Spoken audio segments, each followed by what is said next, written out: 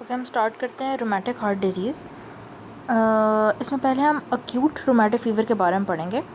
अच्छा, पहले ना हम इसका ज़रा थोड़ा सा देख लेते हैं कि डिज़ीज़ है क्या, उसके बाद फिर इसकी इंसिडेंस वगैरह देखते हैं।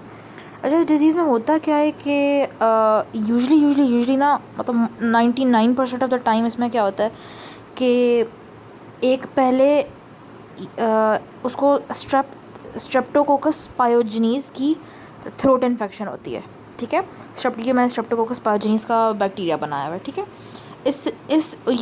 अब ये सारे जो मैं बताऊँगी सारी बातें MCQs हैं। ठीक है, स्ट्रेप्टोकोकस पायोजेनीज़ से थ्रोट इन्फेक्शन होती है ऑलमोस्ट ऑलवेज इस बंदे की हिस्ट्री में जिसको रोमेटिक फ़ीवर होगा। अब जब इसकी वजह से और ग्रुप इस जो स्ट्रेप पायोजेनीज़ है it is also called group A beta haemolytic Streptococcus. ठीक है, अच्छा, अब ना इसके ऊपर इस बैक्टीरिया के ऊपर होते हैं M प्रोटीन्स। अब जब इससे हमें स्ट्रेप्टोकोकल थ्रोट इन्फेक्शन होती है, जब इससे हमारा गला ख़राब होता है तो इस M प्रोटीन के ख़िलाफ़ ना हमारे जो सारा डिफेंस सिस्टम है वो आता है, हमारे सारे T सेल्स वगैरह आते हैं, मैक्रोफेजेस आते हैं। अच्छा, वो लोग ना जितना भी हमारा डिफेंस सिस्टम है वो इसके अगेंस्ट इस M प्रोटीन से रिएक्ट करता है और इसके ख़िलाफ़ बना देता है एंटीबॉडीज़। ठीक है, अब ये जो एंटीबॉडीज़ है ना ये इसको तो ऑब्वियसली मारती हैं, लेकिन ये गलती से हमारे जो हार्ट वेल्व्स हैं, हमारा जो मसल सेल्स हैं, जॉइंट्स, उसके साथ भी ना ये एंटीबॉडीज़ क्रॉस रिएक्ट कर देती हैं। ठीक है, फिर से करते हैं। एंटीबॉडीज़ इस बैक्टीरिया के M प्रोटीन के ख़िलाफ़ है, लेकिन ये रिएक्ट कर जाती हैं हमारे बॉडी के नॉर्मल सेलों से, फिर वहाँ पे इन्फ्लेमेशन वगैरह होती है, फिर हमारे मसल स्टार्ट होते हैं। ठीक है, तो this is basically the entire pathogenesis. ठीक है, अब अक्यूट रोमेटिक फ़ीवर में होता क्या है कि इसका इंसिडेंस ये चिल्ड्रन और यंग एडल्ट्स में, क्योंकि यूजुअली उनके गले ख़राब हो रहे होते हैं। जेंडर की कोई इतने ख़ास नहीं है, प्रीडोमिनेंस अक्यूट में नहीं है। जो क्रॉनिक है ना, क्रॉनिक रोमेटिक, उसमें जो फीमेल्स हैं वो ज़्यादा अफेक्ट होती हैं। क्रॉनिक उनमें ज़्यादा ये क्रॉनिक होता है। ठीक है, अच्छा, अब जो हमने बात की थी ये बच्चों में बहुत ज़्यादा है, तो बच्चों में कंजेनिटल तो हार्ट डिजीज़ होते ही होते हैं, लेकिन जो एक्वायर्ड हार्ट डिजीज़ है ना उसमें ये मोस्ट कॉमन कॉज है रोमेटिक फ़ीवर जो है। पैथोजेनेसिस हमने बात कर ली कि ये इम्यून मीडिएटेड रिएक्शन होता है कि बंदे को group A beta haemolytic Streptococcus से इन्फेक्शन होती है, स्ट्रेप पायोजेनीज़ जो हमारा था, उसके ख़िलाफ़ बनती हैं एंटीबॉडीज़ जो कि हमारे नॉर्मल बॉडी के सेल्स से रिएक्ट करना शुरू कर देती हैं, जैसे एंडोकार्डियम, ये हार्ट की सारी लेयर्स, जॉइंट, स्किन, उनसे रिएक्ट कर फिर मसला कराना शुरू करती हैं। अच्छा, हिस्टोलॉजिकली जब देखें ना तो इसमें जो एक टाइप ऑफ नेक्रोसिस होता है फाइब्रिनॉइड नेक्रोसिस। ठीक है, कि बहुत ज़्यादा फाइब्रोसिस होता है, उस फाइब्रोसिस के एरियाज़ में फिर सेल डेथ हो जाती है, नेक्रोसिस हो जाता है। ठीक है, अच्छा, फिर इसके एक पैथोलॉजी में ना एक बिल्कुल टिपिकल पैथोग्नोमिक गोल्ड स्टैंडर्ड चीज़ है जो नज़र आए तो फिर आप डेफिनेटली कहते हो कि यार इस बंदे को रोमेटिक फ़ीवर है। वो चीज़ है एशॉफ नोड्यूल्स। अब एशॉफ नोड्यूल्स होते क्या हैं कि मल्टी न्यूक्लिएटेड जायंट सेल्स, ठीक है, इनके इर्द गिर्द ये सराउंडेड होते हैं मैक्रोफेजेस और T सेल्स, इनको सराउंड कर लो, तो ये जो पूरा गुच्छा है दिस इज़ कॉल्ड एशॉफ नोड्यूल। ठीक है, लेकिन ना ये अक्यूट में नहीं नज़र आता है, यूजुअली सब अक्यूट या क्रॉनिक फॉर्म में नज़र आते हैं। ठीक है, क्रॉनिक का वो पैथोग्नोमिक फीचर है, अक्यूट का पैथोग्नोमिक नहीं है। अच्छा, फिर हम आते हैं क्लिनिकल फीचर्स पे। अच्छा, क्लिनिकल फीचर्स करने से पहले ना हम पहले करेंगे जोन्स क्राइटेरिया। ठीक है, अब जोन्स क्राइटेरिया बेसिकली कि क्या एक लिस्ट है जोन्स क्राइटेरिया कि क्या क्या चीज़ें इसमें से हों तो हम कहें कि हाँ भाई इस बंदे को रोमेटिक फ़ीवर है। ठीक है, अब जोन्स ये बहुत इंपॉर्टेंट क्राइटेरिया, ठीक है, बहुत इंपॉर्टेंट है। अब इसके अकॉर्डिंग अगर जोन्स क्राइटेरिया हमारा स्टेट करता है कि या तो अच्छा, जोन्स क्राइटेरिया में है कि एक मेजर मैनिफेस्टेशन होती हैं, एक माइनर होती हैं और फिर एक एडिशनल क्राइटेरिया कि हाँ प्लस हो तो ये मतलब सपोर्ट ही करेगा डायग्नोसिस को, जो ये वाली चीज़ होगी। ठीक है, वो भी देखते हैं। अब अगर 2 मेजर या 2 से ज़्यादा मेजर है ना तो फिर आप पक्का होगा कि हाँ भाई इस बंदे को रोमेटिक फ़ीवर है, या फिर 1 मेजर और अगर 2 माइनर या 2 से ज़्यादा माइनर हो तो फिर आप कहोगे कि हाँ इस बंदे को रोमेटिक फ़ीवर है। ठीक है, फिर से इस चीज़ को रिवाइज़ करते हैं। अगर 2 या 2 से ज़्यादा मेजर क्राइटेरियाज़ हैं तो फिर उसको हम कहेंगे जोन के ये रोमेटिक फ़ीवर है, या फिर अगर 1 मेजर और 2 माइनर हैं तो फिर हम कहेंगे इस बंदे को ये रोमेटिक फ़ीवर है। ठीक है, किधर है टू और मोर अगर मेजर हो, या फिर वन मेजर हो और मेजर ना आपको मिल रही हो लेकिन आपको टू और मोर माइनर मिल जाए, ठीक है, तो तब आप कहोगे। अब हम सारी अपनी मैनिफेस्टेशंस को देखते हैं, ठीक है। अब देखो ये हमने कहा कि जोन्स, ठीक है, ये जो ओ है ना जोन्स का, ये हार्ट है, ठीक है। अब देखो जे से है जॉइंट्स, तो इसमें जॉइंट्स में माइग्रेटरी पोली आर्थराइटिस होता है। ओ जो हमने हार्ट बनाया ये है कार्डाइटिस। एन से नोड्यूल्स, ई से एरिदीमा मार्जिनेटम और एन से सबक्यूटेनियस नोड्यूल्स, ठीक है। ई से एरिदीमा मार्जिनेटम और एस से साइडनहैम कोरिया, ठीक है। तो ये पांचों मेजर मैनिफेस्टेशंस का जो हमने ये नेमोनिक बनाया हमने उससे कर लिए। माइनर में ये कि देखो रूमेटिक फ़ीवर नाम है तो बुखार तो होएगा ही होएगा उसको। अपने जॉइंट्स में हमने बात की कि आर्थराइटिस था तो जॉइंटों में दर्द तो होगी तो आर्थ्रैल्जिया। फिर ESR-CRP रेज्ड है, और कि अगर प्रीवियसली इसको रूमेटिक फ़ीवर हुआ है, मतलब अभी ये रिकरेंट चीज़ हो रही है, उसकी WBC काउंट एलिवेटेड है बहुत ज़्यादा, या फिर अगर उसको AV ब्लॉक हो गया है, ठीक है, मतलब ये हार्ट अगर इफेक्ट हुआ है तो उसका काफ़ी आगे जाके सीक्वली, ठीक है। फिर जो हमने एक एडिशनल क्राइटेरिया ऐड किया था, अच्छा ये जो एडिशनल क्राइटेरिया है सिर्फ ये उसलिए ज़्यादा है कि अगर आपको कुछ भी ना मिल रहा हो, आपको सिर्फ एक मेजर मिले, तो आप उसमें ये अगर ये प्लस वाला जो क्राइटेरिया ऐड करो तो फिर आपको होगी कि हाँ इस प्रॉबेबली इस बंदे को रोमैटिक फ़ीवर है। अभी जो प्लस वाला क्राइटेरिया ये क्या है कि ये सारा वो है कि एविडेंस हो इस बंदे को प्रीवियस स्ट्रेप्टोकोकल इन्फेक्शन का। अब वो कैसे कैसे होगा कि या तो उसको रिसेंटली स्कारलेट फ़ीवर हुआ, उसका जो एंटीबॉडी टाइटर आप देखो तो ASO टाइटर रेज्ड हो, या फिर कोई और स्ट्रेप्टोकोकल एंटीबॉडी टाइटर रेज्ड हो, तो मतलब ASO टाइटर ज़्यादा इंपॉर्टेंट है, एंटी स्ट्रेप्टोलाइसिन ओ टाइटर। फिर अगर आप उसका थ्रोट का स्वैब लो तो वो कल्चर पॉजिटिव हो, ठीक है, स्ट्रेप्टोकोकस के लिए पॉजिटिव हो। तो हमने ये सारी क्लिनिकल फीचर्स कर लिए, ठीक है। अब ना हम वन बाय वन ये जो हमारे मेजर क्राइटेरिया वाले फीचर्स थे ना उनको करते हैं। अच्छा, कार्डाइटिस में पहले तो आपको पता हो कि एक बहुत इंपॉर्टेंट MCQ है, mitral valve is most commonly affected in rheumatic fever, ठीक है। पहले अब इस MCQ तो आप रास्ते से हटाते हैं, बहुत इंपॉर्टेंट MCQ था। अच्छा, इसमें ना जो रूमेटिक फ़ीवर की वजह से कार्डाइटिस होता है it is usually pan carditis के तीनों लेयर इन्वॉल्व होंगी, एंडोकार्डियम, मायोकार्डियम, पेरिकार्डियम। अब इस पैन कार्डाइटिस की मैनिफेस्टेशंस क्या हैं, कार्डाइटिस की आपको क्या क्या नज़र आएगा, सिम्टम्स क्या क्या होंगे। एक तो द बंदा विल बी ब्रेथलेस, क्योंकि अगर हार्ट फेलियर हो गया या फिर उसको पेरिकार्डियल फ्यूजन हो गई है उसकी कार्डाइटिस की वजह से। फिर उसको पैल्पिटेशंस आ रही होंगी, चेस्ट पेन, ये भी क्योंकि अगर पेरिकार्डाइटिस या पैन कार्डाइटिस हुआ है। फिर और भी कुछ फीचर्स हैं जो पैन कार्डाइटिस को इंडिकेट करेंगे कि जैसे टैकीकार्डिया हो, हार्ट एनलार्ज्ड हो तो वो यूजुअली कार्डियक फेलियर को इंडिकेट कराएगा। फिर ना इसके कुछ मर्मर्स हैं। अब सबसे पहले तो है कि सिस्टोलिक मर्मर, कि जब हार्ट कंट्रैक्ट करता है तो फिर आपको जो मर्मर सुनाई देता है, तो ये कभी कभी इसमें सॉफ्ट सिस्टोलिक मर्मर भी होता है। ये क्यों होता है? क्योंकि इसमें हो जाती है माइट्रल रिगर्जिटेशन। माइट्रल रिगर्जिटेशन क्या होती है? अच्छा, ये रहा ना हमारा हार्ट, ठीक है, तो ये है right atrium right ventricle, left atrium left ventricle ना, तो लेफ्ट एट्रियम लेफ्ट वेंट्रिकल के दरमियान में होता है माइट्रल वाल्व। अब जो रूमेटिक फ़ीवर है ना, उसमें क्या होता है कि जो माइट्रल वाल्व है इट बिकम्स थिक, इन्फ्लेम्ड, और उसके ऊपर ना नोड्यूल्स बनते हैं। तो वो अब जिस चीज़ के ऊपर नोड्यूल्स हैं, तो जैसे ये देखो, ये माइट्रल वाल्व है, ये उसका एंटीरियर लीफलेट है, ये पोस्टीरियर लीफलेट है, ये क्लोज है। अब देखो इनके ऊपर अब दबे दबे नोड्यूल्स बने होंगे तो ये तो प्रॉपरली क्लोज नहीं होंगे ना, जैसे इनको दानों का भर दो मेरी उंगलियों को, तो ये नोड्यूल्स बने होंगे तो ये प्रॉपरली क्लोज तो नहीं होगा। तो जब हार्ट कंट्रैक्ट कर रहा होगा, मतलब जब वो सिस्टले में होगा, तो ब्लड जब लेफ़्ट एट्रियम से लेफ़्ट वेंट्रिकल में जा रहा होगा, तो क्योंकि ये वेल्व ही सही क्लोज नहीं है, तो आधा तो ब्लड ड्यूरिंग सिस्टले इधर पीछे चला जाएगा, रिगर्जिटेट कर जाएगा, ठीक है। आना तो उसने ऐसे था लेकिन थोड़ा सा रिगर्जिटेट कर जाएगा, तो तब आपको सॉफ्ट सिस्टोलिक मर्मर नज़र आता है। फिर एक और है कि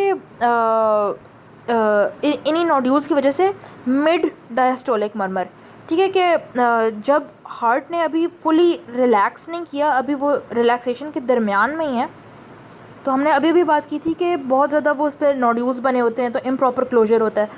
तो अभी जब हार्ट रिलैक्स कर रहा होता है और वेंट्रिकल फिलअप ही हो रहा होता है ना ब्लड से अभी, तो क्योंकि क्लोजर प्रॉपर नहीं था, तो मिड डायस्टोले फेज़ में अभी फुल ये मतलब पूरा डायस्टोले अभी कंप्लीट नहीं हुआ, मिड डायस्टोले फेज़ में ही ड्यू टू वेल्वुलाइटिस और जो नोड्यूल्स बने हुए थे बहुत ज़्यादा ब्लड जो है ना एकदम से रश कर जाता है अंदर, ठीक है, क्योंकि ये तो एक क्लोज ही सही नहीं था, ठीक है, तो एकदम से ही बहुत ज़्यादा आ जाता है ब्लड, तो उस रश की वजह से ना बेसिकली आपको मरमर आता है और उस मिड डायस्टोलिक मरमर को कहते हैं कैरिकोम मरमर। और ये जो कैरिकोम मरमर है ये टिपिकल रूमेटिक फीवर का ही है, ठीक है। फिर ये हमने माइट्रल वाल्व की तो बार बार बात कर ली। एओर्टिक रिगर्जिटेशन भी 50% केसेस में होती है और वाल्व्स भी इन्वॉल्व हो सकते हैं लेकिन बहुत रेयरली। अच्छा, अब हमने जो बात की थी कि पैनकार्डाइटिस होता है तो हमने बाकी सारी बात कर ली। जो पेरिकार्डियम वाली लेयर थी उसकी ज़रा बात करते हैं कि उसकी वजह से क्या क्या होगा। चेस्ट पेन, आपको एग्जामिनेशन पे फ्रिक्शन रब आएगी और प्रिकॉर्डियम विल बी टेंडर। फिर कार्डियक फेलियर अगर आपका हो जाए इस सारे सीन की वजह से हो जाए तो कार्डियक फेलियर वाले आपको ईसीजी पे एसटी वेव चेंजेस वगैरह नज़र आएंगे। एक्सरे पे आपका हार्ट एनलार्ज्ड होगा, ठीक है। और फिर हाँ हमने बात की थी कि माइनर में हमने बात की थी एवी ब्लॉक की, तो कंडक्शन डिफेक्ट्स में एवी ब्लॉक्स आपके होते हैं, ठीक है। और यूजुअली इसमें फर्स्ट डिग्री एवी ब्लॉक के होता है। दिस इज़ वेरी रेयर, लेकिन अगर ये बहुत ज़्यादा गंदा हैवी किस्म का अटैक होना तो फिर आपको ये नज़र आते हैं। अच्छा जी, फिर है आर्थराइटिस जो है। अच्छा सॉरी, एक बात मैं बताना भूल गई कि ये थी अक्यूट में जो ये रिगर्जिटेशन वाला सीन है ये नज़र आता है। स्टेनोसिस भी, जो फिश माउथ स्टेनोसिस हमने पैथो में पढ़ा था वो भी होता है इसमें, लेकिन इट इज़ यूजुअली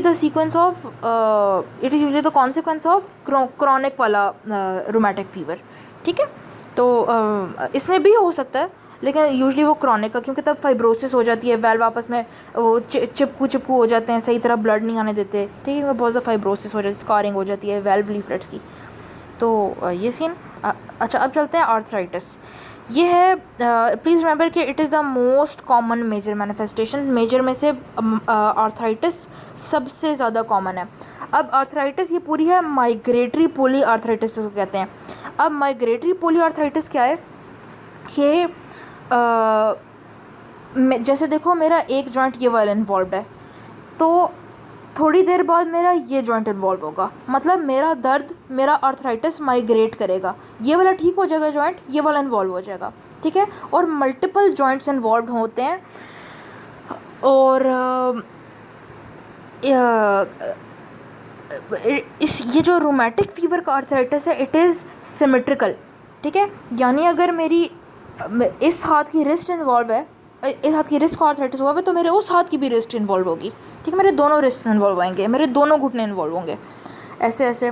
और ये ना this manifestation develops very early on, और वही पेनफुल आपके जॉइंट्स होते हैं। इट इज़ सिमेट्रिक और माइग्रेटरी इन्वॉल्वमेंट होती है। अब ज़्यादातर ना इसमें बड़े बड़े जोड़े आपके इन्वॉल्व होते हैं, नी, एंकल, एल्बो, रिस्ट, ठीक है। तो और ये इन ऑर्डर है, ठीक है। तो सबसे कॉमनली नी आपका इन्वॉल्व होता है, नी, एंकल, एल्बो, रिस्ट, ठीक है। फिर आपकी स्किन लीजन में हमने बात की थी एक एरिथेमा मार्जिनेटम, ठीक है। अब देखो एरिथेमा मार्जिनेटम के नाम से ही है कि मार्जिन पे रेडनेस, ठीक है। इसके हम पिक्चर देखते हैं। अच्छा, ये एरिथेमा मार्जिनेटम, ठीक है। अब होता क्या है कि इनिशियली ना जब ये होती है तो पूरा ये रेड होता है, लेकिन आहिस्ता आहिस्ता ये दरमियान से ऐसे पेल होता जाता है और साइडों पे ये मतलब मार्जिन पे ना रेडनेस रह जाती है, ठीक है।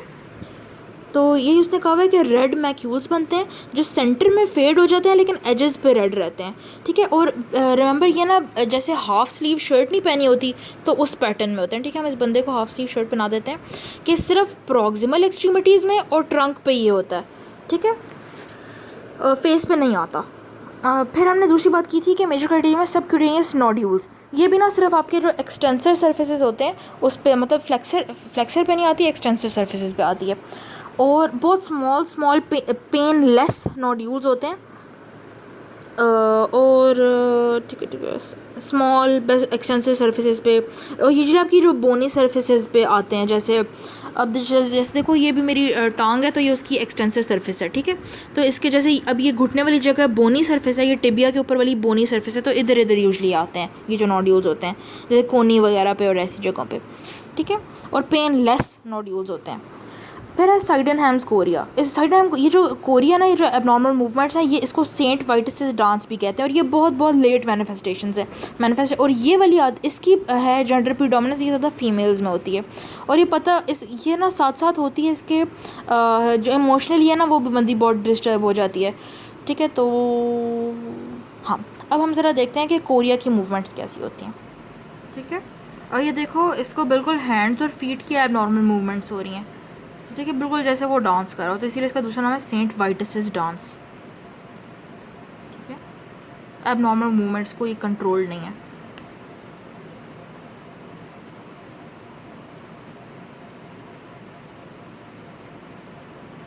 ठीक है, अच्छा, अब हम थोड़ी इंटरेस्टिंग बातें पढ़ते हैं।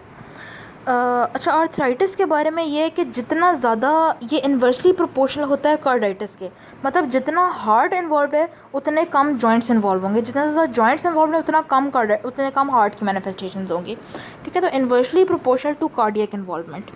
फिर जो कोरिया, अब देखो, सी से कोरिया, सी से कार्डियक। ठीक है, तो ये कार्डाइटिस के साथ कोएग्जिस्ट कर सकता है, कैन एग्जिस्ट विद कार्डाइटिस, लेकिन कभी भी कोरिया जॉइंट्स के साथ, आर्थराइटिस के साथ नहीं होगा। ठीक है, वो दोनों मैनिफेस्टेशन नहीं कोएग्जिस्ट कर सकती। मतलब जब पॉली आर्थराइटिस होगा तो देयर इज़ नो चांस कि उस बंदे को साइडनहैम कोरिया हो, और अगर कोरिया है तो देयर इज़ नो चांस कि उसको आर्थराइटिस हो। लेकिन हाँ, कार्डाइटिस है तो कोरिया कोएग्जिस्ट कर सकता है, कोरिया है तो कार्डाइटिस एग्जिस्ट कर सकता है साथ साथ। ठीक है, अच्छा, फिर अदर फीचर्स भी हैं जैसे प्लूरेसी, प्लूरल इफ्यूजन और नमोनिया वगैरह, लेकिन ये बहुत लेट और रेयर होते हैं। ठीक है, फिर अच्छा जी, अब हम इन्वेस्टिगेशंस की बात करते हैं। इन्वेस्टिगेशंस के लिए हम टेबल ही कंसल्ट करते हैं। अब पहले तो वो वाली इन्वेस्टिगेशंस की, यार कोई अंदर ना बंदे को सिस्टमिक इलनेस चल रही है, तो वो की है कि आप उसका ब्लड का CBC कराओ, तो आप उसको WBC काउंट नज़र आएगा, एलिवेटेड ल्यूकोसाइटोसिस, स्पेशली क्योंकि देखो बैक्टीरियल इन्फेक्शन हुई हुई है। फिर ESR CRP रेज्ड होंगे, इंडिकेटिंग कि कोई इन्फ्लेमेटरी प्रोसेस है। फिर कि आपको ऐसा एविडेंस, आप उसके लिए स्ट्रेस टेस्ट कराओ कि पहले इस बंदे को कोई स्ट्रेप्टोकोकल इन्फेक्शन हुई है। उसके लिए आप क्या कराओगे, थ्रोट कल्चर, और सीरोलॉजी में आप उसकी एंटीबॉडी टाइटर कराओगे, ASO टाइटर आप उसका कराओगे। अब थ्रोट कल्चर में आपको क्या नज़र आना चाहिए कि बीटा हीमोलाइटिस स्ट्रेप्टोकोकस, या तो उस बंदे का और फैमिली मेम्बर्स और कॉन्टैक्ट्स के भी, ठीक है, जो उसके आसपास बंदे हैं। फिर ASO टाइटर, उसकी वैल्यू कितनी है कि अगर ग्रेटर देन 200 यूनिट्स एडल्ट्स में और 300 यूनिट अगर से ज़्यादा अगर चिल्ड्रन में हो, तो तब आप कहोगे कि हाँ भाई। ठीक है, फिर उसको कार्डियक इन्वॉल्वमेंट का कोई एविडेंस हो, वो आप कैसे कैसे देखो, एक्सरे जिसमें कार्डियोमेगैली नज़र आएगी, जैसे अगर कार्डियक फेलियर, पल्मोनरी कंजेशन हुई होगी। ECG में आपको AV ब्लॉक्स नज़र आ सकते हैं। पेरिकार्डाइटिस के फीचर क्या है कि ST एलिवेशन होगी और PR डिप्रेशन होता है। T वेव इन्वर्जन नज़र आ सकती हैं। फिर एको में है, अब एको में ना आपको वेल्व डिफेक्ट्स नज़र आएंगे। ठीक है, जो वेल्व पे इन्वॉल्वमेंट है वो आपको नज़र आएगी। हाँ, ठीक है, अच्छा जी, अब मैनेजमेंट क्या, सबसे पहले तो ये कि देखो, आप उसको आपने उसकी कार्डियक जो डैमेज हो रही है वो लिमिट करनी है। वो आप कैसे, आप उसको रेस्ट दो ताकि हार्ट का वर्कलोड कम हो और फिर मतलब डैमेज भी कम हो। फर्दरमोर इससे जॉइंट पेन भी कम हो जाएगी। अब कितनी देर के लिए बेड रेस्ट देना है, आप उसका regularly ESR CRP leucocyte count measure करते रहो, टेम्परेचर मेजर करते रहो। और टेम्परेचर की एक मैंने बात नहीं बताई, इसमें जो टेम्परेचर होता है ना, उसका कैरेक्टर वगैरह क्या होता है। तो देखो, स्पाइकिंग हाई ग्रेड फीवर है and it is intermittent in character, यानी देखो एक बहुत ज़्यादा बढ़ है, फिर नॉर्मल हो रहा है, फिर बढ़ है, फिर नॉर्मल। ठीक है, तो ऐसे मतलब बड़ा कम हो रहा, तो ऐसे वाला इसका फीवर होता है। किधर थे हम, हाँ, ठीक है, ये बेड रेस्ट वगैरह का सीन हो गया। फिर और यही बात हो रही थी कब तक बेड रेस्ट देना, आप उसका लैब्स मॉनिटर करते रहो, जैसे ही लैब्स नॉर्मल हो जाए आप सही कहो कि भाई तुम अब अपने काम करो।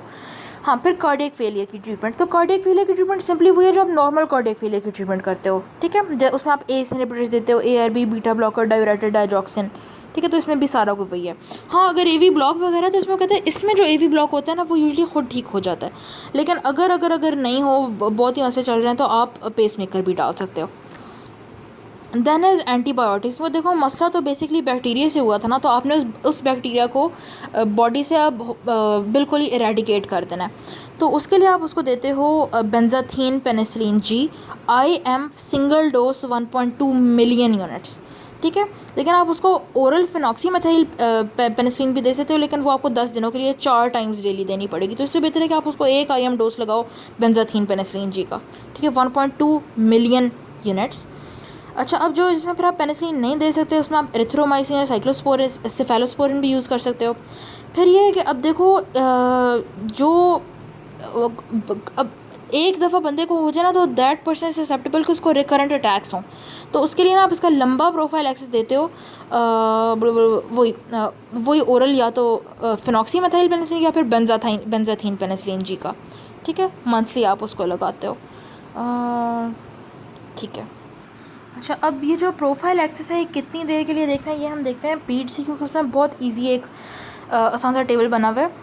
तो अब देखो, अगर उस बंदे को ऐसा रोमेटिक फ़ीवर है जिसमें कार्डाइटिस नहीं है, तो या तो आप उसको 5 ईयर्स के लिए दो या फिर 21 ईयर्स ऑफ एज तक दो, ठीक है। जो भी ज़्यादा हो, कि या तो 5 ईयर्स का ज़्यादा अगर गैप हो रहा है या फिर उसको 21 ईयर्स की एज तक का ज़्यादा गैप लग रहा है, जो भी ज़्यादा टाइम पीरियड है तब तक आप उसको दो। फिर अगर ऐसा रोमेटिक फ़ीवर है कि जिसमें कार्डाइटिस है लेकिन वैल्वुलर डिजीज़ नहीं है, तो तब आप उसको 10 सालों तक प्रोफाइल एक्सेस दोगे या फिर 21 ईयर्स तक, जो भी ज़्यादा इनमें से हो, जो भी ज़्यादा इनमें से टाइम पीरियड बन रहा हो। फिर अगर ऐसा रोमेटिक फ़ीवर जिसमें वैल्वुलर डिजीज़ भी है, उसको कार्डाइटिस के सिम्टम्स भी हैं, तब आप उसको 10 सालों तक या फिर जब तक वो 40 ईयर्स का नहीं हो जाता। कभी कभी तो लाइफ लॉन्ग प्रोफाइल एक्सेस भी चाहिए होता है, ठीक है। अच्छा जी, अब हम आते हैं, हाँ, एस्पिरिन आप दोगे। इसका ये कि अच्छा, ये जब भी एस्पिरिन से रिस्पॉन्ड करे ना, एस्पिरिन से जब भी इसके सिम्टम्स ठीक हों इस बंदे के, तो दैट इज़ फर्दर एविडेंस कि इस बंदे को रोमेटिक फ़ीवर था, ठीक है। क्योंकि अगर 24 आवर्स तक रिस्पॉन्ड कर जाए तो it helps confirm the diagnosis. लेकिन ये है कि एस्पिरिन, अच्छा, स्टार्टिंग डोज एस्पिरिन का कितना होगा, 60 mg पर kg body weight per day. और ना, लेकिन इसके थोड़े से साइड इफ़ेक्ट्स भी हो सकते हैं, सारे वो हैं जो सैलिसिलिज्म वाले हमने पढ़े थे, सैलिसिलिज्म वाले, नोजिया, टिनाइटिस, डेफनेस, वॉमिटिंग, एसिडोसिस, क्योंकि सैलिसिलिक एसिड है बेसिकली। तो ठीक है, और ये कब तक आपने देना है, वही आप लैब्स मॉनिटर करोगे। जब ये ECR गिर जाए ना, इसका कम होना शुरू हो जाए, तो आप एस्पिरिन का डोज भी ग्रेजुअली कम करते जाओगे, ठीक है। फिर ग्लूकोकॉर्टिकॉइड्स, ये तब आपने कब देने हैं, या तो जब उसका हार्ट इन्वॉल्वमेंट है या फिर जब उसकी जॉइंट इन्वॉल्वमेंट है। उसमें देते हो आप क्या हो, प्रेडनिसोलोन आप देते हो। वही बात कि जब तक ये सब नॉर्मल नहीं हो जाता उसके बाद फिर आप आहिस्ता आहिस्ता काम कर दो। क्रॉनिक, ठीक है, तो ये सारा हमारा अक्यूट का डन हो गया, और ये बहुत बहुत इंपॉर्टेंट टॉपिक है। क्रॉनिक में बस थोड़ी सी बातें, एक तो ये कि विमेन में ज़्यादा कॉमन होता है। फर्दर मोर फिर ऑर्डर है वेल्व इन्वॉल्वमेंट का, वो ये है कि सबसे ज़्यादा माइट्रल वेल्व इन्वॉल्व होता है, उसके बाद एओर्टिक, फिर ट्राइकस्पिड पल्मोनरी। तो ये ऑर्डर इंपॉर्टेंट है, ठीक है। फर्स्ट जो इन्वॉल्व सबसे ज़्यादा होता है वो माइट्रल वेल्व, अक्यूट में भी सबसे ज़्यादा वही था। सेकंड इन लाइन कौन है, एओर्टिक, फिर ट्राइकस्पिड पल्मोनरी है, ठीक है। और पैथोजेनिक क्रॉनिक में क्या होता है, वही कि फाइब्रोसिस आहिस्ता होता जा रहा है, तो फिर वेल्व के जो लीफलेट्स हैं वो आपस में, ये फाइब्रोसिस स्क्वायरिंग होगी तो बहुत ये ना वेल्व नैरो हो जाता है, ठीक है, बहुत तंग वेल्व हो जाता है, तो फिर ब्लड कैसे जाएगा, तो वो सारे फिर मसले, ठीक है। तो अब ये अक्यूट वाला ना, ये बहुत बहुत इंपॉर्टेंट था। इसमें Jones criteria is very very very important, कि कब हम कहते हैं कि इस बंदे को रोमेटिक फ़ीवर है, ठीक है। तो वो जो वही बात थी कि या तो 2 और मोर मेजर हों या फिर 1 मेजर और 2 माइनर हों, ठीक है। तो ये